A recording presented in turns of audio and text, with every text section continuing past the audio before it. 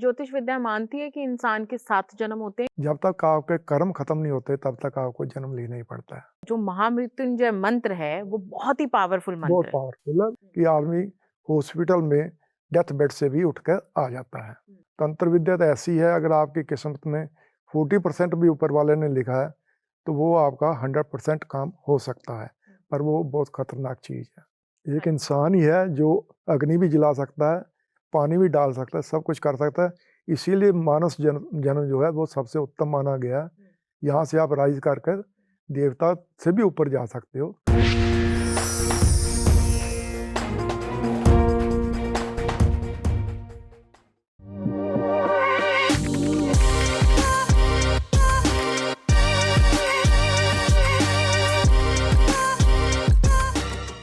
Hello दोस्तों, आपका स्वागत है हमारे इस खास पॉडकास्ट शो में।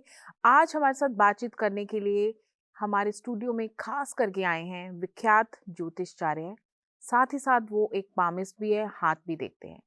आज हम उनसे जानेंगे क्या सच में हाथ की रेखाएं हमारी किस्मत बता सकती हैं, और साथ ही हम उनसे ये भी जानेंगे कि क्या ज्योतिष विद्या के माध्यम से बताई गई बातें क्या सचमुच सच्ची होती हैं। क्या ज्योतिषाचार्य सच में हमारी जीवन की रेखाओं को बदलने का काम भी कर सकते हैं। तो इन्हीं सभी बातों के ऊपर चर्चा करने के लिए आज हमारे साथ स्टूडियो में मौजूद हैं गजेंद्र सिंह जी, जो कि विख्यात ज्योतिषाचार्य है। तो चलिए आइए आज सबसे पहले उनका स्वागत करते हैं और फिर उनसे जानते हैं ज्योतिष विद्या के ऊपर कुछ इंटरेस्टिंग बातें। सर, आपका बहुत बहुत स्वागत है। सभी श्रोतागण को मेरी तरफ से नमस्कार। सर, सबसे पहले मेरा जो आपसे सवाल है ज्योतिष विद्या के ऊपर है। आप विख्यात ज्योतिषाचार्य हैं। अक्सर लोगों का विश्वास होता है, जो लोग ज्योतिष विद्या को मानते हैं तो उनको लगता है कि ज्योतिष विद्या एक ऐसी विद्या है जो उनके आने वाले कल के बारे में भी बता सकती है और उनके फ्यूचर में जो चीजें गलत होने वाली हैं तो उसको भी ज्योतिष विद्या कहीं ना कहीं, अगर हम उसकी हेल्प लेते हैं या ज्योतिष विद्या के से अगर हमें ये चीजें पता चल जाती हैं तो उनको ठीक करने में भी कहीं ना कहीं उनकी हेल्प मिलती है। तो क्या ये बात सच है कि अगर हमें ज्योतिष विद्या, कोई अच्छा ज्योतिषाचार्य अगर हमें मिल जाए तो हमारे आने वाले कल के बारे में भी पता चल सकता है? बिल्कुल, आपने जो सुना है ये बिल्कुल सही है। एक्चुअल में जो ज्योतिष है ये वेदों में से निकला है, और वेदों के जो वक्ता हैं वो ब्रह्मा जी हैं। उनके मुख से जो है वेद निकले हैं। उन्होंने अपने बेटे नारद को ये ज्ञान दिया और उन्होंने आगे ऋषि मुनियों को ये ज्ञान दिया। कालांतर ये जो है ज्ञान एक मुख से दूसरे मुख में जाता रहा, और जब तक कि प्रिंटिंग प्रेस का आविष्कार नहीं हुआ। किताबें भोजपत्र पे लिखी गई हैं या जो बाद में प्रिंटिंग में आई है वो लिखी गई हैं। तो इसका जो है ज्योतिष जो है वेदों से कंसर्न है। ऋग्वेद में इसके 30 श्लोक हैं, जबकि यजुर्वेद में इसके 44 श्लोक हैं। और जो अपना ऋग्वेद है, अपना सामवेद है, उसमें 160 से ऊपर इसमें श्लोक हैं, जिनमें से कि सारा जो ज्योतिष का और एस्ट्रोलॉजी का सार है। तो मतलब आपके अकॉर्डिंग जितने जो हमारे 4 वेद हैं उनमें भी ज्योतिष विद्या के बारे में बताया गया है? बिल्कुल बताया गया है। जितना ज्ञान है दुनिया में वो सब हमारे वेदों में सम्मिलित है। तो जैसे कि अभी मेरा जो पहले क्वेश्चन था उसी पे मैं दोबारा आऊंगी। तो ज्योतिष विद्या के से अगर हम अपनी आने वाले कल के बारे में जान सकते हैं, और उसको अगर सपोज किसी की लाइफ में कुछ गलत होने वाला है, अगर कोई ज्योतिषाचार्य उनको बताते हैं कि उनकी लाइफ में कुछ गलत होने वाला है, किसी का कोई एक्सीडेंट होने वाला है, किसी को कोई ऐसी डिजीज होने वाली है, तो उसको भी वो क्योर करने में या फिर उसको मतलब प्रिवेंट हो सकते हैं उन चीजों से अगर हम ज्योतिषाचार्य? पहले तो मैं आपको बता दूं ज्योतिष कैसे, इसका आपको समझाने के लिए मैं बताता हूँ। एक्चुअल में जो कुछ है ऊपर वाले ने हमारे लिखा है पहले, उससे हम अपने कर्म से थोड़ा पता चेंज कर सकते हैं। डेस्टिनेशन जो हमारा है वो फिक्स है।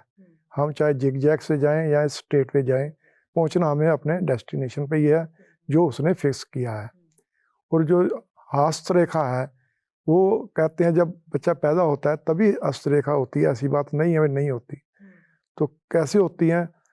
सारी चीज़ जो है हमारे ब्रेन से कंसर्न है। आप मेडिकल साइंस में जाएंगे तो आपको पता लगेगा कि जो हमारे हाथ हैं और पाँव हैं, यहाँ पर नर्व्स जो हैं वो बिल्कुल अपर सरफेस पे आ जाती हैं। इसलिए उनका इफेक्ट जो है ज़्यादा होता है। कोई भी जो काम भविष्य में होना होता है उसकी शुरुआत बहुत पहले हमारे दिमाग में जो है रसायन प्रक्रिया के द्वारा शुरू हो जाती है। जितने हमारे दिमाग में रसायन है वो आज तक लेबोरेटरी में बने नहीं हैं, सभी नहीं बने हैं। और हमारा जो ये शरीर है जिसे हम व्यर्थ का मानते हैं, ये आप अरबों रुपया खर्च कर दोगे फिर भी लेबोरेटरी में नहीं बना सकते। तो वो जो आप जो सोचते उसी के अकॉर्डिंग है जैसा आपको ऊपर वाले ने हुक्म दिया है। उससे जो आपके ब्रेन में जो है केमिकल रिएक्शन शुरू होते हैं, उसका सिस्टम जो है वो सारा नर्व्स पर पड़ता है और वो नर्व्स जो है आपके हाथ पर जो है दिखना शुरू हो जाता है।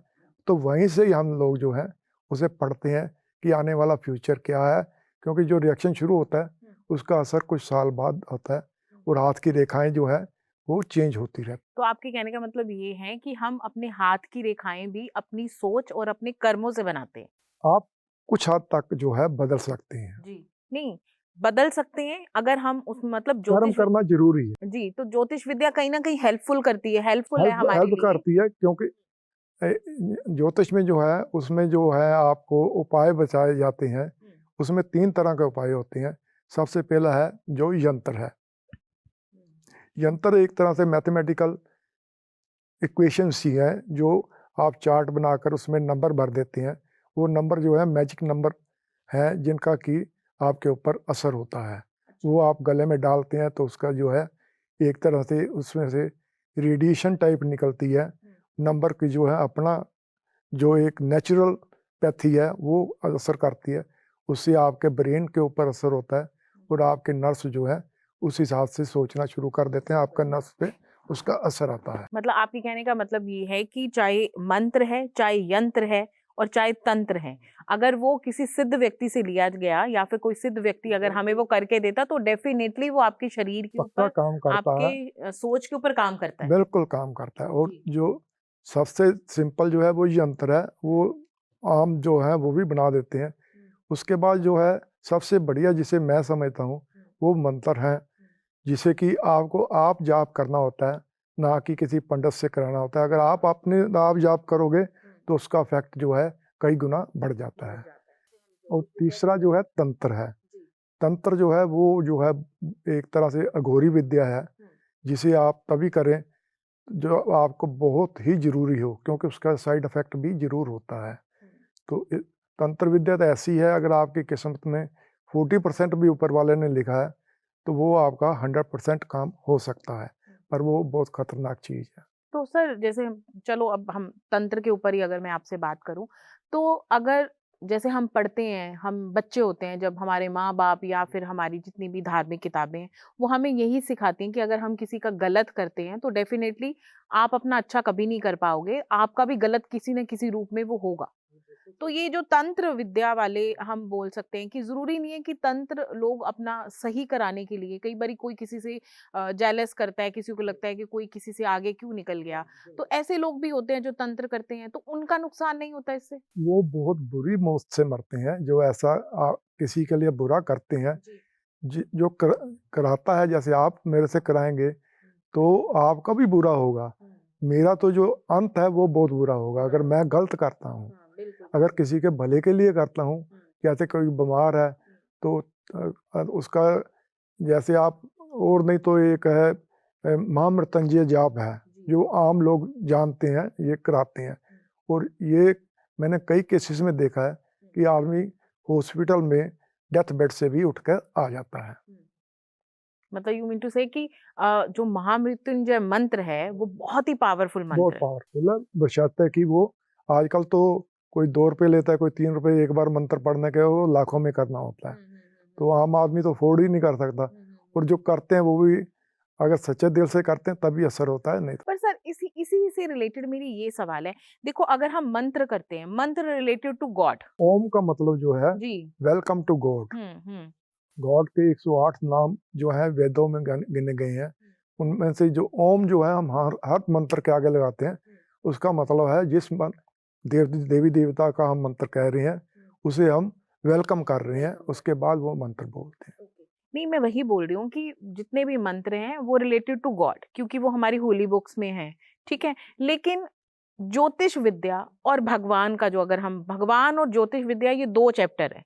मुझे लगता है जो लोग बहुत डीपली भगवान को मानते हैं, अगर हम साधु संतों की बात करें, जो पूरी तरह से भगवान को भगवान में लिप्त हो गए हैं, उनको निछावर हो गए हैं, वो लोग ज्योतिष विद्या को नहीं मानते। अगर उनकी लाइफ में कुछ गलत हो रहा है, देन दे बिलीव कि वो भगवान की मर्जी है। लेकिन कुछ लोग ऐसे होते हैं, वो भगवान को भी मानते हैं, ज्योतिष विद्या को भी मानते हैं। तो मेरा कहने का मतलब ये है कि अगर किस्मत की रेखाएं भगवान ने लिखी हैं और भगवान अपने मंत्रों के माध्यम से उन रेखाओं को बदल सकता है, तो ज्योतिष विद्या कैसे हेल्पफुल है फिर? देखिए, जो आप बात कर रहे हैं वो साधु संत, वो उस टाइप के साधु संत बहुत रेयर होते हैं। जैसे गुरु अर्जन देव जी को जब तत्ती लोहे की तो सर बैठाया गया, रेता डाली गई, तो मियाँ मीर जी जो है बहुत बड़े फ़कीर हुए हैं, जिन्होंने हरमंदिर साहब की नींव भी रखी है, मुस्लिम फ़कीर हुए हैं। उन्होंने कहा, गुरु साहब अगर हुक्म करो तो मैं लाहौर का तख्ता उल्टा देता हूँ। वो कहते, मियाँ जी इतनी ताकत आपको पता है हम में भी है, परंतु ये उसका हुक्म है और उसका हुक्म मानना ज़रूरी है। इस नहीं तो मैं भी तख्ता पलटा सकता हूँ, कोई बात नहीं। तो जो पूर्ण संत होते हैं वो उसके काम में इंटरफेरेंस नहीं करते। तो आपके कहने का मतलब ये है कि जो सही, जो सच्चा, जिसको ज्योतिष विद्या का बहुत, जिन्होंने गहन अध्ययन किया है, जिनको उसकी बहुत नॉलेज है, तो अगर उनको लगता है कि ये चीज इस बंदे की लाइफ में अगर होनी है, तो वो उसको नहीं चेंज करने के लिए उसको उपाय नहीं देंगे वो। नहीं, उपाय वो, क्योंकि जो स्पिरिचुअल आदमी होते हैं उनके दिल में दया भाव बहुत होता है, तो वो चाहते हैं कि किसी का भला हो जाए। वो अपना जो उनके ऊपर कष्ट आना होता है उसका एक और सिस्टम है। आपका अगर कष्ट मैं उठाऊंगा तो मेरे को इतनी नॉलेज होनी चाहिए कि मैं इस कष्ट को कैसे जो है ब्रह्मांड में फैला देना है। इसे अल्टीमेटली जो पूर्ण संत होते हैं वो अपने ऊपर कष्ट लेकर उसे ब्रह्मांड में फैला देते हैं। वो ब्रह्मांड इतना बड़ा है कि उस पर कोई भी असर नहीं पड़ता। क्योंकि तभी माना जाता है कि अगर कोई शिष्य गुरु की शरण में पूर्णतः चला जाता है, तो गुरु उसके सारे दुख ले लेता है। हाँ, वो लेकर वो उसके दुख जो है वो ब्रह्मांड में फैला देता है। उससे आप भी सेफ रहता है और किसी को कोई नुकसान नहीं। तो ज्योतिष विद्या भी ये मानती है, तो कहीं ना कहीं अल्टीमेटली जो है वो स्पिरिचुअलिज्म ही है। बिल्कुल। जो हर चीज जहाँ पर हर किस्म की साइंस खत्म होती है वहां से स्पिरिचुअलिज्म। तो आपको नहीं लगता कि अगर हम सीधा, जैसे कि कोई ज्योतिषाचार्य के पास जाता है, सपोज करो हम आजकल के बच्चों की बात अगर करें, किसी की लाइफ में कोई पेपर, किसी के एग्जाम आ रहे हैं, वो पढ़ाई में वीक है, या किसी का रिलेशनशिप अच्छा नहीं चल रहा है, किसी के घर में कोई पैसे की दिक्कत है, तो आपको नहीं लगता कि उसको हम ये मैसेज दें कि अल्टीमेटली वो जो जब ज्योतिषाचार्य के पास जाएगा, क्योंकि आपने अभी बोला कि एक ही पार है, वो है भगवान, ठीक है, तो अगर वो ज्योतिषाचार्य के पास जाने की बजाय पहले से ही भगवान को पूजा पाठ, उनके मंत्र, उनके उपाय, या जो भी मंदिर जाना, अपने आप को अच्छे कर्म करने में लगाए, तो कहीं ना कहीं वो ज्योतिषाचार्य के पास जाने से बच सकता है। कोई जरूरत ही नहीं है। अगर आप अच्छे कर्म करते हैं, उसे दुख में और सुख में हमेशा याद करते हैं, तो आपको जाने की जरूरत नहीं है। ये नहीं आपके पास दुख नहीं आएगा, दुख आएगा, परंतु आपके अंदर जो है स्पिरिचुअल पावर इतनी होगी कि आप उस दुख को बिल्कुल नॉर्मल लेंगे। नॉर्मल लेंगे। ओह! ये बहुत अच्छी बात आपने मुझे बताई। और दूसरा नंबर, मेरा जो दूसरा सवाल है वो आपसे ये है कि ज्योतिष विद्या, आप ज्योतिषाचार्य हैं, जैसे ज्योतिष विद्या के माध्यम से कोई हमें हमारे साथ कुछ ऐसा, कोई स्टोरी, कोई आपके साथ कुछ ऐसी कोई आपके पास जैसे लोग आते हैं, आपको हाथ दिखाने आते हैं, जैसे आप पामिस्ट भी हो, कोई शेयर करना चाहते हो कि वो बड़ा परेशान था और आपने उसको ये उपाय बताया, तो ये चीज़ हो गई, या कोई ऐसा हो कि आपको लगा कि नहीं, जो इसकी लाइफ में हो रहा है ये कम है, इसको यही बर्दाश्त करने दो, क्योंकि ये होना है, अगर मैं इसको कुछ और बता दूंगा तो शायद हो सकता है ये गलत रास्ते पे चला जाए, कुछ ऐसा? मैं आपको अपना पर्सनल एक एक्सपीरियंस बताता हूँ। मेरे गुरु हुए हैं वो मुक्तिनाथ भट्टाचार्य जी थे, अब नहीं है वो। तो उनके पास मैं गया था, तो मैं उन्हें जानता नहीं था। मैं रेलवे में था, जूनियर केमिस्ट एंड मेटलर्जिस्ट था मैं। तो मैं ट्रेनिंग के लिए बनारस गया था, वो बनारस रहते थे। तो उनका वहाँ तीसरा जन्म था। उन्होंने मेरे को बताया था वहाँ वहाँ मेरी मूर्ति लगी है, बिल्कुल सेम शक्ल की मूर्तियाँ लगी हुई थी। तो उनके पास मैं गया, तो मैं वहाँ पर गया था 1 हफ्ते की ट्रेनिंग। नहीं, 1 मिनट, उन्होंने आपको बताया कि आपका तीसरा जन्म नहीं, है? उनका तीसरा जन्म। उनका तीसरा जन्म है और उनकी मूर्तियाँ 3 जगह पर पहले से लगी हुई थी। 2 जगह पे लगी हुई, तीसरी वो आप बैठे हुए हैं। आप बैठे हो तो उन्होंने आपको ये चीज़ पहले बता दी? बता दी थी। ओह! तो तो वो आपने वो मूर्तियाँ देखी? देखी मैंने, एक देखी, दूसरी नहीं देखी। हाँ, बिल्कुल हूबहू शक्ल थी। अच्छा, ठीक है। तो मैं गया था, 1 हफ्ते के लिए गया था, तो बड़ी इंटरेस्टिंग स्टोरी है। तो मेरे, क्योंकि मैं रेलवे में था, तो मेरे पास पास था, आने-जाने की मेरे को कोई नहीं थी। मैं 10 दिन का खर्चा ले गया होऊँगा, कोई उस टाइम ये क्रेडिट कार्ड वगैरह नहीं थे, कुछ नहीं था। तो वहाँ गया तो वहाँ फ्लड आ गया। मेरे को वहाँ पर 7-8 दिन ज़्यादा रुकना पड़ा। ये 88 की 87 या 88 की बात है। बनारस में बहुत देर बाद वहाँ फ्लड आया था सिटी में। मैं गुदलिया जो है अपना जो विश्वनाथ मंदिर है उसके पास जगह है, वहाँ रुका था उनके घर ही। तो मेरे पास पैसे खत्म हो गए, तो मैं बहुत जो है हेजिटेट किया कि मैं पहली बार आया हूँ, कैसे इनसे मांगूं। मैंने कहा चलो, मैंने सारी अपनी जेबें तो देख ली, कोई पैसा नहीं था। मैं चले गया, टिकट की कोई ज़रूरत नहीं थी। तो मेरे को दिमाग में से बिल्कुल स्लिप हो गया, मेरे पास पैसा नहीं है। मैंने रात को वहाँ डिनर किया, सुबह उठा, मैंने ब्रेकफास्ट किया। तो उसके बाद लंच की ज़रूरत नहीं पड़ी, क्योंकि मैं लुधियाना वापस आ गया था।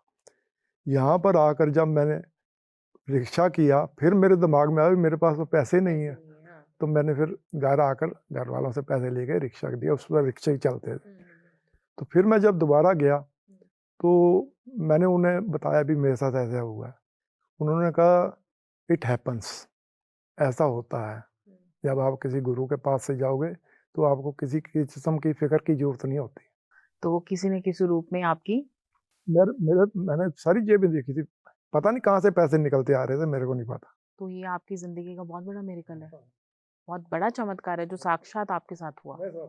जी, तो आप उनसे मिले कैसे? मतलब उन्होंने आपको कैसे अपना शिष्य बना लिया या आपको कैसे लगा? मैं बता रहा हूँ, मैं जी। जेसीए में था और रेडियोग्राफी की ट्रेनिंग के लिए बनारस जो है डीएलडब्ल्यू डीजल लोकोमोटिव वर्क्स वहाँ था, तो वहाँ गया था मैं। तो ट्रेनिंग के दौरान मेरे को मेरे कुलीग ने बताया था कि वो बहुत पहुँचे हुए हैं, क्योंकि मेरे को शौक था ज्योतिष का। कह रहे उनसे मिलना। मैं उनसे मिला तो वो कहते बेटा यहाँ नहीं, तुम घर पे आ। तो मैं उनके घर गया। तो ये जो है, जो शिष्य जो है उसको नहीं पता होता गुरु कौन है, गुरु को पता होता है शिष्य कौन है, वो अपने आप ढूंढ लेते हैं। तो उन्होंने मेरे को फिर ज्ञान दिया, कई चीज़ें मैं बता भी नहीं सकता। और योग की ऐसी चीज़ें बताई हैं जिसमें लोग कहते हैं समाधि नहीं लगती। मैं प्रैक्टिस नहीं करता, क्योंकि अब मेरे को बैठना भी मुश्किल होता है, थोड़ा चौकड़ी मारना। इमीडिएट समाधि लगती है, ऐसा योग है जो ये प्रैक्टिकल उन्होंने बताया। रामदेव भी कराते हैं, पर वो जो गुप्त बातें हैं वो नहीं बताएंगे। हाँ। तो ये बात हुई आपके गुरुजी की।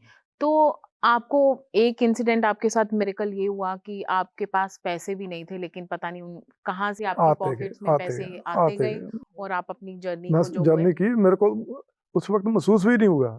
ब्रेन में से ये चीज़ बिल्कुल स्लिप हो गई भी मेरे पास पैसे नहीं है। हाँ, तो वही है कि कोई ना कोई मेमोरी ऐसी। लॉस हो गया समझ लीजिए उस वक्त, टेम्परेरी। तो आप दोबारा कब मिले फिर उनसे? मैं लगभग हर साल जाता था। तो अभी कितना टाइम हो गया वो अब नहीं है यहाँ? वो 2000 में चले गए थे दुनिया से। अच्छा, 2000 में, ठीक है। तो कोई ज्योतिष, जितनी भी आपने ज्योतिष विद्या की बातें, जो भी ज्ञान था, तो आपने उनसे अपने गुरुजी से लिया? उनका आशीर्वाद था, पामिस्ट्री का आशीर्वाद उनसे था। बाकी मैंने स्टडी की है, आचार्य की है मैंने। दिल्ली में जो है फेडरेशन है एस्ट्रोलॉजर की, उनके वहाँ से की है। तो सर कोई ऐसा आजकल के जैसे ये बच्चे होते हैं, हम यूथ की बात करें या फिर कई बार कोई ऐसे कपल, कोई ऐसा कोई आपके पास कोई हो जो आपके पास हाथ दिखाने आया हो और जिसको देख के आपको भी लगा हो कि अरे इसका तो बहुत ही गड़बड़ है, इसको मैं कैसे बताऊं। कई बार होता है कि आपको खुद पता है उसके जीवन में क्या होने वाला है, आप चाहकर भी उसको नहीं बता नहीं, सके। बताना भी नहीं चाहिए, क्योंकि वो डिप्रेशन में आ जाएगा। नहीं, ज्योतिषचार्य के अकॉर्डिंग अगर आपके पास कोई ऐसा कोई हुआ हो आपके साथ। हो सकता है, ये नहीं भी वो पाए नहीं होते। अब जो है हर ग्रह जो है वो बीमारी से रिलेटेड है, हर अच्छी चीज़ के लिए भी है, बुरी चीज़ के लिए रिलेटेड है। जैसे चंद्रमा जो है वो आँखों के लिए है, मंगल जो है वो खून के लिए है, शनि जो है वो आपकी लातों के लिए है, और ये जो नीचे का ये जो है ये आपका राहु के लिए है, और पाँव जो है वो केतु के लिए है। ऐसे हर बृहस्पति जो है वो आपका जो है लीवर वगैरह के लिए है, पेट के लिए। तो इनके अगर हम उपाय करते हैं तो ये उपाय सबके लिए सिमिलर होते हैं? नहीं, डिपेंड करता है एक्चुअल में एस्ट्रोलॉजी जो है उससे देखना पड़ेगा आपके होरोस्कोप में कौन से ग्रह कहाँ पड़े हैं, उसके हिसाब से जो है उपाय करना पड़ता है। और एस्ट्रोलॉजी का जो है वो सिंपल है, it is a simple map of the universe at the time of your birth. और जो है 9 ग्रह माने गए हैं, जबकि ग्रह 7 है। पृथ्वी को हम ग्रह नहीं मानते क्योंकि हम यहाँ रहते हैं, तो इस पे तो जो है सब कुछ हमारा यही है, तो हमारे पे जो दूसरे ग्रह का असर पड़ता है, तो पृथ्वी का तो असर सारा ही इसी का है। तो सबसे ज़्यादा जो असर है वो चंद्रमा का पड़ता है, क्योंकि वो हमारे सबसे नज़दीक है। हालांकि साइंटिफिकली जो चंद्रमा है वो ग्रह नहीं है, वो सैटेलाइट है अर्थ की, परंतु जो है हम उसे ज्योतिष में जो है एस्ट्रोलॉजी में जो है उसे ग्रह मानते हैं। और हमारा शरीर जो है वो 77% जो है वो पानी है, और ऐसे ही जो धरती है वो भी 77% पानी है, बिल्कुल सेम रेशियो है। तो आप कहेंगे क्या असर होता है? असर ये होता है, आप देखते हैं ज्वार भाटा आता है, जब चंद्रमा पूरा होता है समुद्र का पानी खींचा जाता है, तो वो इतना बड़े समुद्र के पानी को खींच सकता है। तो हमारा जो बॉडी में ब्रेन जो है वो लिक्विड ही है मेनली, तो वो जो है हमारे ब्रेन पे असर सबसे ज़्यादा चंद्रमा का होता है। मन जो है इसीलिए चंचल होता है क्योंकि मन का जो कारक है वो चंद्रमा है। तो सर जैसे कि अभी आपने बताया कि अगर ज्योतिष विद्या के अकॉर्डिंग हम कुछ अच्छा बुरा जानना चाहते हैं तो वो हमें अपनी डेट ऑफ बर्थ पता होनी चाहिए। हाँ, एग्जैक्ट आप एग्जैक्ट डेट ऑफ बर्थ पता होना चाहिए, टाइम पता होना चाहिए, प्लेस ऑफ बर्थ पता होना चाहिए। तो जिन जिन लोगों को अपनी डेट ऑफ बर्थ पता है, लेकिन कई लोग होते हैं जो बिलीव नहीं करते, या जैसे हम सिखिज्म में बात करें तो वो हमारे गुरुओं ने हमें ये चीज नहीं बताई है, हम इन चीजों में नहीं मानते हैं, है ना? तो अगर उनको नहीं पता है, उनको डेट पता है कि मेरा बर्थ फलां महीने की फलां तारीख को हुआ है, लेकिन उसको टाइम नहीं पता, मतलब जस्ट अंदाजा है कि मेरा बर्थ, जैसे हम बोलें कि किसी का 10 बजे हुआ है, कोई बोलता है 10:05 पे हुआ, तो वो लोग कैसे फिर अपना वो फिर कुंडली? उसका ऐसा है, उसकी कैलकुलेशन मैथ जो एस्ट्रोलॉजी है उसमें मैथमेटिक्स बहुत काउंट करता है। अच्छा। तो मैथमेटिकली उसकी कैलकुलेशन करते हैं, उससे उसकी ज़िंदगी के कुछ इंसिडेंट पूछते हैं, इम्पोर्टेंट इंसिडेंट, वो हम कैलकुलेट करते हैं कि किस टाइम पे अगर वो पैदा हुआ तो वो जो है प्लेस होंगे। उसे करेक्ट करना पड़ता है, उसके हॉरोस्कोप बना के करेक्ट करना पड़ता है। तो कहीं न कहीं आपको लगता है कि ये जितने भी हम ग्रह मानते हैं, वो भगवान की अगर हम पूजा-पाठ या उनको करते हैं, तो कहीं न कहीं वो भी शांत रहते हैं, या फिर उनको शांत करने के लिए उनके उपाय करने ही ज़रूरी है? देखिए, अगर आप बिल्कुल म आप पर ऊपर वाले की कृपा है, आप उसको मानते हैं, बहुत रिजिडली मानते हैं और डेड बिलीव है आपका, तो फिर तो आपको कुछ भी करने की ज़रूरत नहीं है, सिर्फ़ उसी को याद करो, तो वो अपने आप सब ठीक करता है। अदरवाइज़ आप जो है मंत्रों का उच्चारण कर सकते हैं, जौन-सा ग्रह आपका बुरा है, उसका कई दान आप कर सकते हैं, कई चीज़ें जो हैं वो आपको नदी में प्रवाह करनी पड़ती हैं, तो कई मंदिर में चढ़ानी पड़ती हैं। तो जो सबसे ईज़ी है वो है मंत्र जाप, वो आप करेंगे। मंत्र जो है वो एक जो वाणी है, साउंड जो है उसका इफ़ेक्ट पड़ता है। हमारा जब हम बोलते हैं, तो वो साउंड जो है जहाँ अंदर मन में मंत्र का जाप करते हैं, तो उसकी वाइब्रेशन जो है वो हमारे ब्रेन में जाती हैं, तो उससे जो है असर होता है और चीज़ें जो है वो सही रास्ते पे आना शुरू हो जाती हैं। तो कहीं न कहीं अगर हम ज्योतिष विद्या में जितने भी मंत्र हैं ग्रहों से रिलेटेड, और उनका अगर हम जाप करते हैं, तो हम अपने हर गलत ग्रह को सही कर सकते हैं। लेकिन क्या उसका जानना ज़रूरी है कि सपोज़ करो किसी का शनि खराब है, लेकिन उसको नहीं पता मेरा शनि खराब है। उसको लग रहा है कि मैं इस लाइन में हूँ, तो मुझे मेरा शुक्र स्ट्रॉन्ग करना है, तो वो शुक्र का मंत्र कर रहा है। तो ये कुछ गलत भी हो सकता है उसके लिए फिर? अगर उसका शुक्र बुरा है, तो उसके वो उपाय करना शुरू करेगा, वो मंत्र पड़ेगा, वो हो सकता है वो और स्ट्रांग हो जाए और उसका जो है और नुकसान हो जाए। अच्छा, तो कहीं न कहीं ये मंत्र उल्टा असर भी डाल सकते हैं। उल्टा असर भी डाल सकते हैं। शांत करने के लिए ठीक है, अगर आपका कोई खराब है कोई ग्रह। हाँ ग्रह जो है वो ज़्यादा ही आपको खराब कर रहा है, तो मंत्र जाप से वो शांत हो जाता है, क्योंकि मंत्र जो है उस ग्रह की तारीफ करता है, स्तुति करता है। वो हर कोई जो है, चाहे वो इंसान है या देवता है, अपनी स्तुति सुनकर खुश होता ही होता है। ठीक है ना? और इंसान जो है वो बहुत बड़ी हस्ती है। अगर आप अग्नि के देवता को कहो कि आप पानी बरसा दो, वो पानी नहीं बरसा सकता। वायु वाले को कहो कि अग्नि जला दो, वो अग्नि नहीं जला सकता। एक इंसान ही है जो अग्नि भी जला सकता है, पानी भी डाल सकता है, सब कुछ कर सकता है। इसीलिए मानस जन्म जो है वो सबसे उत्तम माना गया है। यहाँ से आप राइज कर कर देवता से भी ऊपर जा सकते हो, ब्रह्म में लीन हो सकते हो, यानी कि जहाँ से आए हैं वहीं वापस भी जा सकते हैं। तो ज्योतिष विद्या मानती है कि इंसान के 7 जन्म होते हैं या फिर नहीं, जब तक आपके कर्म खत्म नहीं होते तब तक आपको जन्म लेना ही पड़ता है। अच्छा, तो ये 7 जन्म वाला आपकी कॉन्सेप्ट नहीं है? इच्छा जब तक नहीं खत्म होगी तब तक आपको आना जाना पड़ेगा। जब आपकी इच्छा खत्म हो जाएगी, सिर्फ उसी की इच्छा रह जाएगी, तब अल्टीमेट आप उसमें समा जाएंगे। तो आप बुरे कर्म करोगे तो इंसान से नीचे की जूनी में जाओगे, अगर अच्छे कर्म करोगे तो इसके ऊपर यक्ष हैं, देव हैं, और कई हैं। तो आपके कहने का मतलब ये है कि कई बारी हम बोलते हैं कि किसी इंसान का कोई काम पेंडिंग था, सपोज करो किसी के बच्चे थे, उसकी शादी अभी नहीं हुई उनके बच्चों की, लेकिन उसकी वो एक्सपायर हो गया, ठीक है, उसकी डेथ हो गई, लेकिन उसके मन में यही था कि मैं इसकी शादी देख लूं, तो उस इंसान को दोबारा से जन्म लेना पड़ेगा क्योंकि वो इच्छा उसकी अधूरी रह गई। अधूरी रहेगी, तो इसीलिए वो जब तक किसी और जन्म में किसी और बच्चों की शादी में वो हिस्सेदार बनेगा टाइप क्योंकि ऑफ। जब तक इच्छा है आपकी तब तक आपका आवागमन जो है वो लगा रहेगा। अच्छा, तभी बोला जाता है कि मोक्ष प्राप्ति करनी है। मोक्ष मतलब आप इच्छाओं का त्याग कर देते हैं। आपकी जो सोल है वो फ्री हो जाती है, वो अम, आपके परमात्मा के चरणों में चली जाती है। अल्टीमेटली निकले हम सभी उसी में से हैं, उसी ने बनाया है। और अगर कोई भी कुछ भी ना करेगा, कुछ भी कर्म नहीं करेगा, तो एक टाइम आएगा जब वो फिर सबको अपने में समेट लेगा, तब तो जाना ही जाना है। पर फिर जब वो न्यू क्रिएशन करेगा, फिर हमारे वो जो कर्म है उन्हीं के मुताबिक फिर हमें पैदा होना पड़ेगा। नहीं तो कई बारी हम ये सुनते हैं कि 7 जन्म इंसान को लेने ही पड़ते हैं। नहीं, 7 जन्म में 84 लाख जून है, 84 लाख जून मानी गई है हिंदू फिलॉसफी में, सिख फिलॉसफी में भी मानते हैं, ऐसी बात नहीं।